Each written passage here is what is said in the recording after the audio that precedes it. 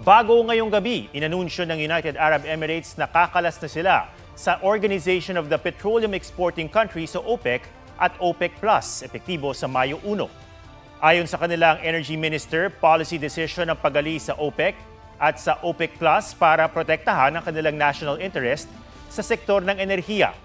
Hindi raw nila kinonsulta sa pasyang ito ang Saudi Arabia na pinakamalaking miyembro ng OPEC. Wala pang pahayag sa ngayon ng OPEC. Ang anunsyo ay sa gitna ng krisis sa supply ng langis sa Strait of Hormuz dahil sa giyera sa Middle East. 1967, naging miyembro ang UAE ng OPEC, ang cartel ng ilan sa pinakamalaking bansang nagpo-produce ng langis na sumusunod sa itinatakdang quota ng organization kada bansa.